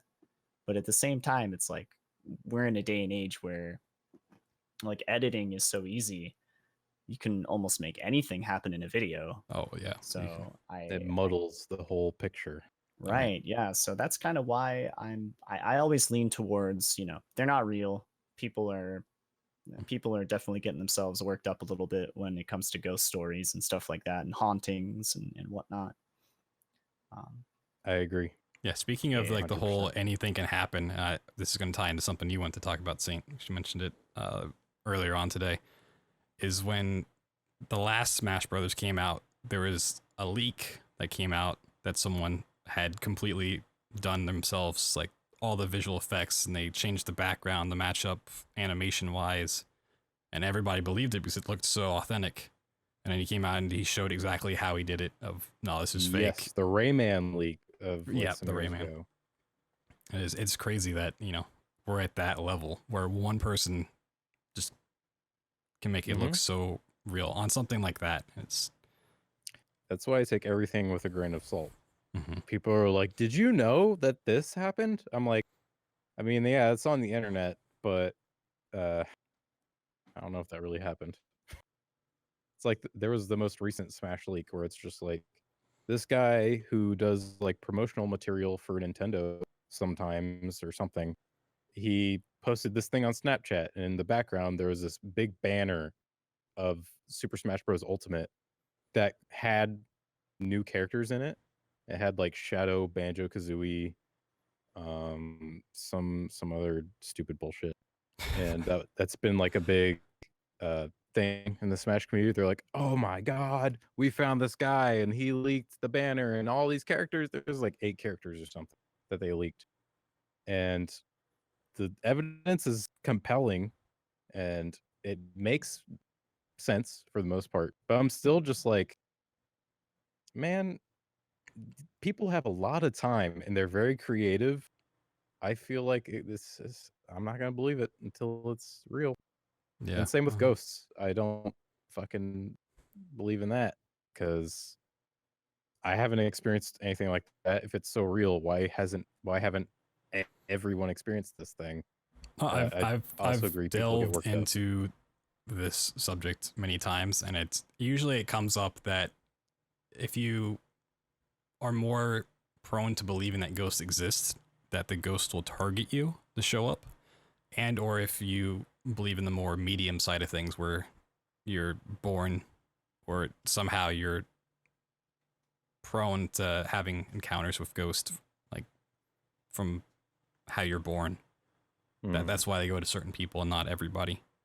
So you have to be chosen. It's from someone who doesn't believe. It just looks like a defense of it didn't really happen, but this is the story I'm going to go with to make people think that it could have happened. But people have ghost stories and want to tell us why we're wrong. Feel free to write and let us know. Maybe we'll read some on the podcast. I'm with you guys in the sense that I feel like people who believe in it, I feel like people who believe in it, their brains do things where they're like, oh yeah, that one thing, that wasn't just a coincidence. Oh, that was a ghost. I'm just like, no, that was probably just you freaking out. Yeah, they want to believe so badly they force themselves to. Like it's like when you're in pitch black dark and maybe you can't sleep and you look down like a long hallway, maybe your door's open, like you kind of see like a little bit of light and like maybe it looks like a thing. You're like, oh, that's just dark. I can't see in the dark because I'm a human. And I can see in the dark. Like a little, what, you can't? Oh shit.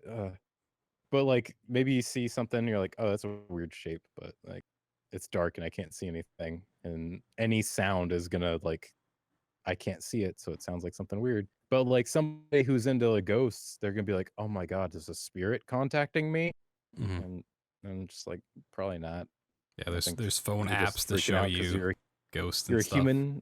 Yeah, you're a human and you don't have the information around you, so you're confused. Confusion leads to anger or like being scared, so your brain does things. That's my stance on it, but I could be wrong. Yeah, it could be. Could be. Maybe I wasn't gifted. Oh my god, there's a ghost behind you right now. Oh, yeah, it's too late. You missed it. Oh my god, it's a TV. But yeah, that's weird. I don't. If people believe in ghosts, that's totally cool. I just think it's weird. But do you want to Maxy. believe in ghosts? No, Okay. that's scary. I don't want to believe that I'm sleeping and some like demon is in the corner of my ceiling just staring at me. And a follow-up question. Not saying you would want to be a ghost, but if you turned into a ghost somehow in an afterlife situation, what place would you pick to haunt? You could pick like one place, a building, a football stadium, someone's house. GDQ. GDQ. I'd be the GDQ ghost. Spooky. I'd spook the RNG or something. Yeah, you could just What be in about the you, mixer. Maxy?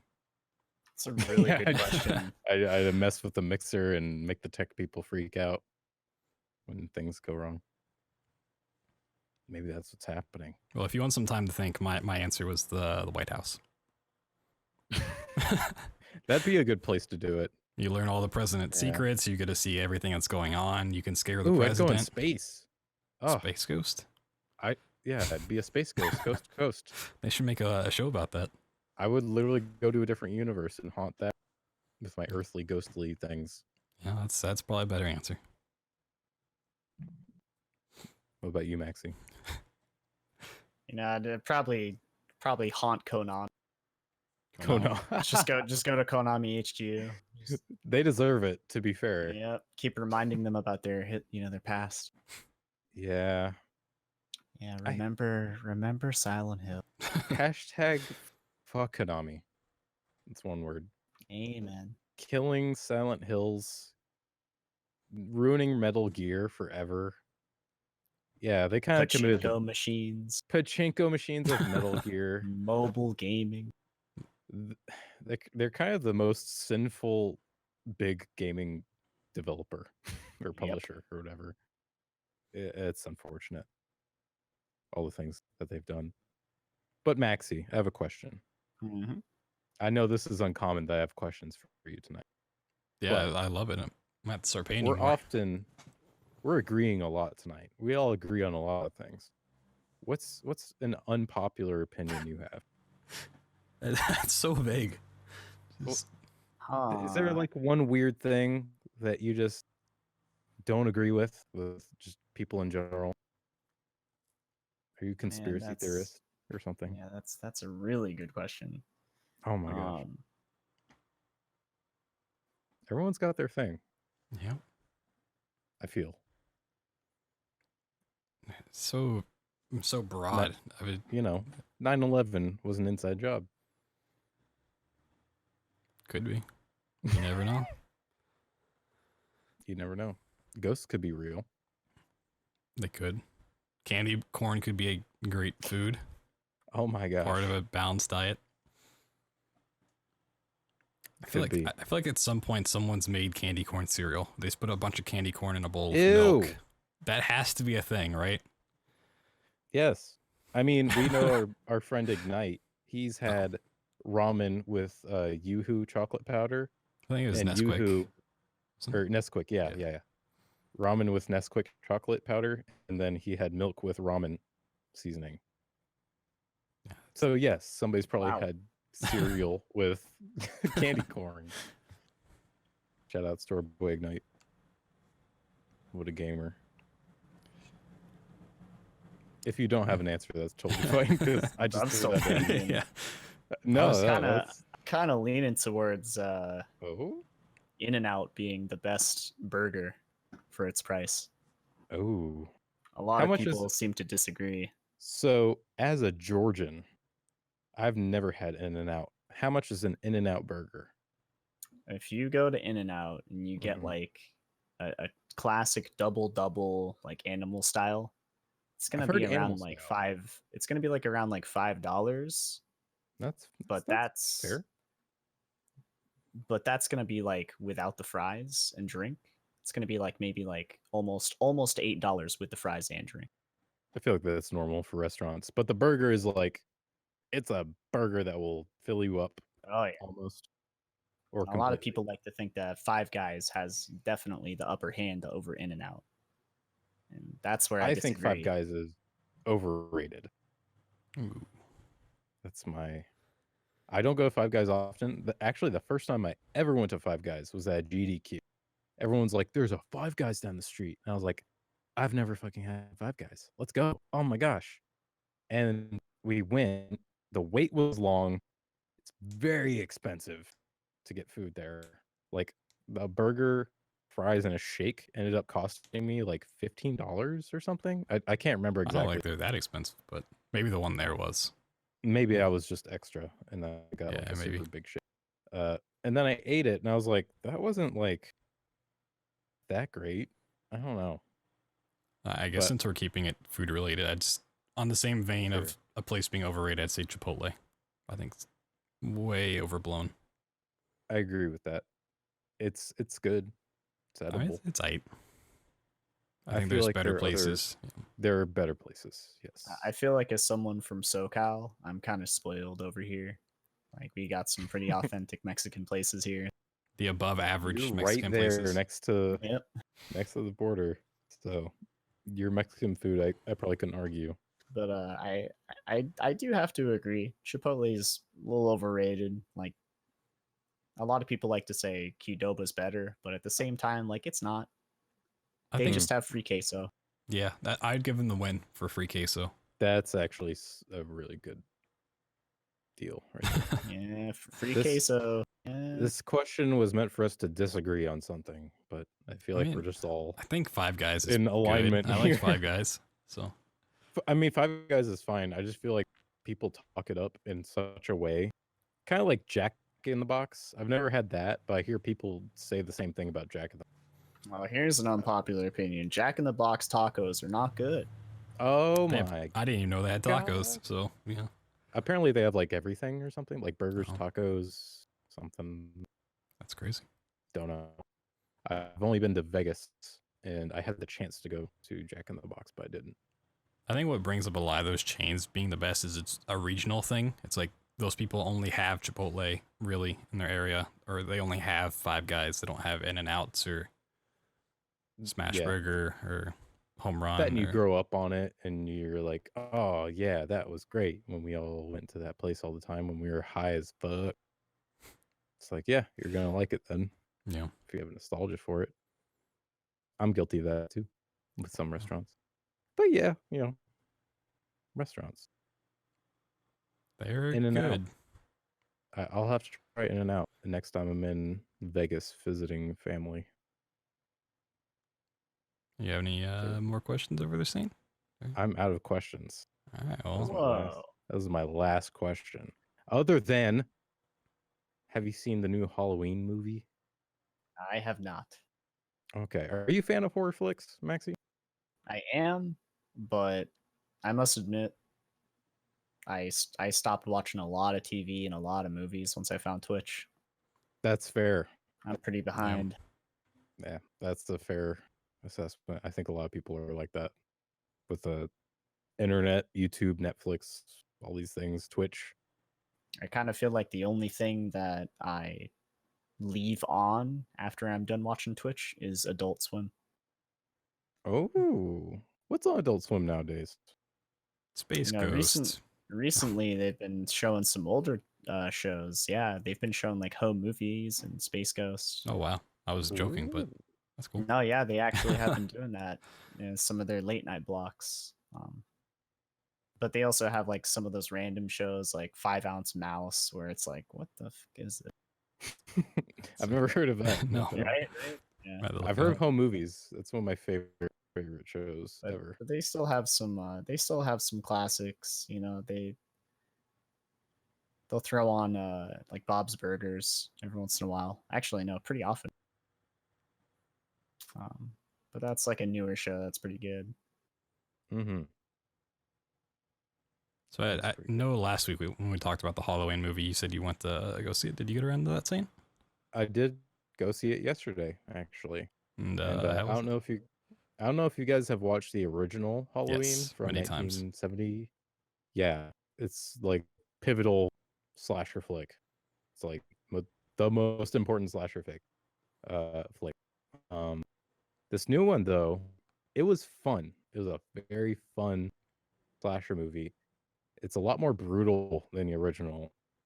Like the murder and the killings in it are more frequent and more creative, and not in like a not in a bad way at all. And there are some points where they kind of push it almost too far, to the point where I'm not gonna spoil anything, but there are some kills, especially early in the movie, where I'm just like, oh, I guess you're doing that now, Michael Myers. Okay, yeah, that's fine, and you'll know, I guess, what I mean when you go watch it.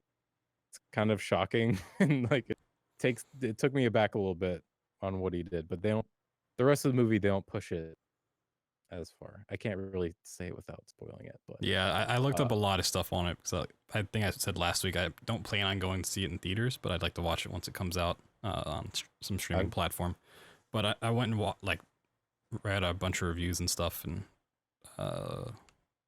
they said it paid a lot of homages to the previous films and borrowed really scenes did. heavily from previous movies. I wouldn't say it borrowed them so heavily that like they added some references very subtly. Like if you saw the originals, then you'd be like, oh, that's from the original, or that's from that movie. But if you watched it like fresh, you haven't seen anything, then you wouldn't even notice. Right. But it is really cool how they made what's the actor's name? The lady, the girl. Jamie Lee Curtis. Jamie Lee Curtis. The way they made her character was super cool, because this isn't a spoiler, but she's basically super traumatized from like the original Babysitter Massacre or Babysitter Murders, and she's like a prepper for Michael Myers. Like she's super PTSD, prepping for like in case there's another murder or if Michael Myers comes back. And she trained her daughter, and then her daughter had a kid, and her kid's like doesn't know Jamie Lee Curtis that well. So they play this whole dynamic of like she's getting ready for Michael Myers to come back, and everyone thinks she's crazy. And the whole movie works out very well in that, the way they do that. It's a fun movie. I would recommend it, especially if you like the original. It's not as good as the original, but it was fun. And this movie is almost guaranteed a sequel, with making over 100 million in the box office so far. They have expressed try to interest in leave making it. They try to leave it open for a sequel, which I didn't like. I'm not gonna expand on that, but they definitely do the stupid thing where they hint at like, oh, is there gonna be a sequel? We don't know. I don't know. Well, they built up this movie as the finale between Jamie Lee Curtis's character and Michael Myers, but from the reviews I read, I think I had it spoiled for me indirectly. Oh, but effectively, a sequel means that hype that they built up's not accurate. Well, the finale was great. I hope they just stop making movies of Halloween. Like this was a good movie, but they need Halloween 2 for the third time. No, they the third Halloween 2. It's so stupid. Like the whole Halloween series is dumb. I've avoided it completely. I've watched the original Halloween, and I've watched Halloween 2018. It's all I've seen. It's all I want to see. I'd say go watch H20. It's Halloween 20 years later. It's got who's the artist in it? Busta Rhymes. Busta Rhymes in it. He does like judo in it. It's what the hell? It's a terrible movie, but maybe so a Discord movie night we'll do it or something. Yes, we'll have a movie night at some point. But yeah, I recommend it. I was fully expecting it to be terrible, because I'm just like, oh, they're remaking, like the Predator remake came out, and that was like, bleh. So I'm just like, oh, they're remaking another slasher flick, whatever. I'll watch it because I need to know so I can complain about it. And I had a good time. And I was like, that was great. Yeah, well, that was great. I think one final question for you guys before we wrap it up. Kind of gone long on this one. Speaking on sequels, if there's one horror movie, slasher, or just general horror that you would like a sequel to be made of, whether it had one before or not, what would it be? And mine would be Trick or Treat from 2007. Great movie. It's like four different heard that's a stories. good one. Yeah, it's like four different stories that kind of play out completely differently than the way you would normally think the cliche horror movies would go. And they like all converge and stuff. It's really cool. One of my favorite Halloween movies, and I'd love to see a sequel, kind of in the same vein, Oh, just different stories. I know this isn't necessarily like a horror movie, Okay. and I actually want to see another Shaun of the Dead or something like Mm-hmm. It's one of my favorite movies ever. Yeah, that and Hot actually. Fuzz. because that would be really funny to see the future of that relationship. Right. Just those characters, but like years later, Just in the Shaun same and crazy zombie situation. zombie Nick Frost like trying to live out their normal life. Yeah, Isn't he That'd like be locked great. in the shed out back or something? And they play games. yeah, they play Like- games. They're playing Time Splitters and shit. That'd be great. I would totally Yeah. watch that. I could get On a behind more that. serious note, though, like I would want to see some type of like, you know, do you guys see Prometheus? No, Yes. I haven't. I've kind of avoided See, it. I've Yeah, watched every Alien movie. Yeah, see, that was like a cool concept. I would want to see like another somewhat similar kind of alien-esque movie, but just not like a prequel where like all of this weird information is just kind of thrown on you. Yeah, like they're trying to 'Cause- add all this story that Yeah. I just can't want like really tear another that just up. solid just alien experience, you Yeah, know? you didn't like Alien Covenant? it was entertaining, but like I don't like the original Alien is one of my favorite movies of all time because it's just like a creepy movie where you don't know where this thing came from. It's just horrifying, and it's like this perfect monster, and you're like, oh shit, this is scary as fuck. And like the first time a face hugger jumps on that guy's face, you don't know what's happening. Like they were like experimenting on it, and it's like it's weird.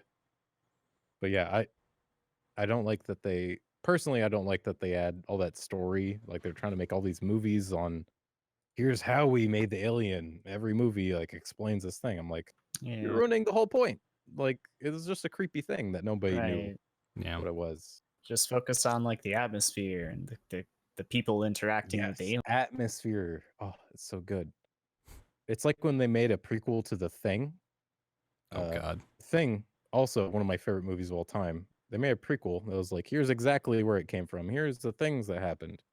It's like, it was creepy because you didn't know what happened, and it just showed up. And it was a movie about being paranoid, and you didn't know what was what. I don't know.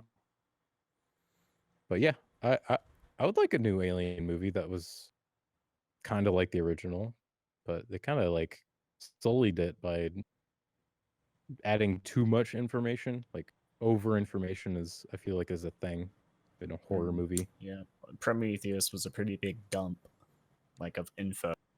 It was just like, here's all the things related to Alien. I was like, Well, you just get Rob Zombie back in to do Alien. You're all good. Rob Zombie is an alien. I'm convinced of that. Yeah, maybe. If I were to pick a movie, I would want I don't know how you would do it, but I would want a Cabin in the Woods 2 or Okay. something. I mean, you could 'Cause just do I like a really different tale. Yeah, Sort of the same something- thing, not necessarily a direct sequel. I'm sure they could come up with some I way feel like I've that seen a Cabin in the Woods 2 poster. Oh my god, really? Is that a thing? Cabin in the Woods 2 trailer 2019.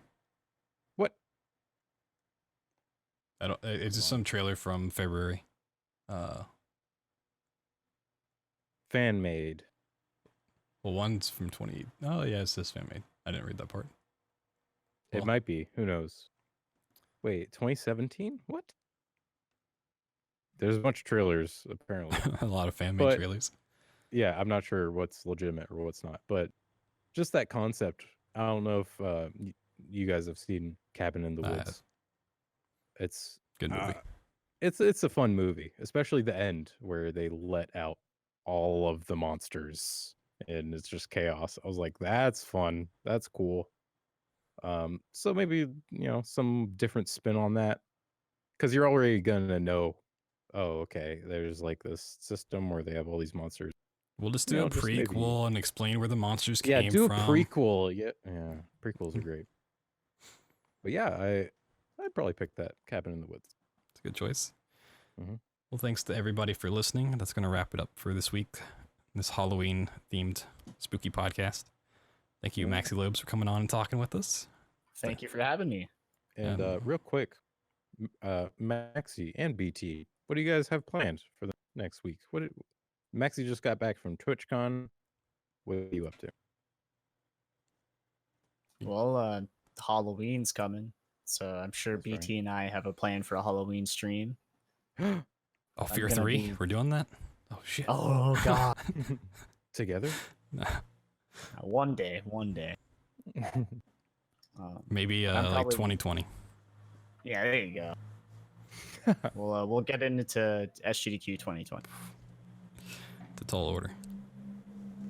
Well, I'm gonna be doing some Silent Hill for Halloween for sure, because that's my favorite horror series. But in terms of like the next week, I'm probably gonna take some extra days off because TwitchCon freaking destroyed me. It's My understandable. legs are like spaghetti. Spaghetti. And we'll have all the links provided if you guys want to check out Maxy on Twitter, on Twitch, all good stuff. Twitch.tv. And personally, I'll be doing a small spooky game marathon tomorrow. All the scary games I've done before. So just a little dip my toes back in the streaming. Next week, I have no idea what I'll be streaming. Still figuring that Tomorrow- out. Black Ops. Tomorrow being 10/31 Halloween. Right. This is coming out when we're saying tomorrow. So technically today. Yes. That's when we're doing this So- stuff. Twitch.tv/MaxyLobe. Go check him out. He's a cool guy, I think. Maybe. I Maybe. suspect he's a cool guy. He's above average. We can say that at least. He's definitely an above average gamer because he's on Twitch. That's 100%. Yep. But yeah, thank you guys for watching. Thank you, Maxy, for being our inaugural guest. I know BTR Yeah. said so, but it's been a great night. It was a lot of fun. Heck yeah. I'll see you So we'll guys see you guys next week. next week. Woo.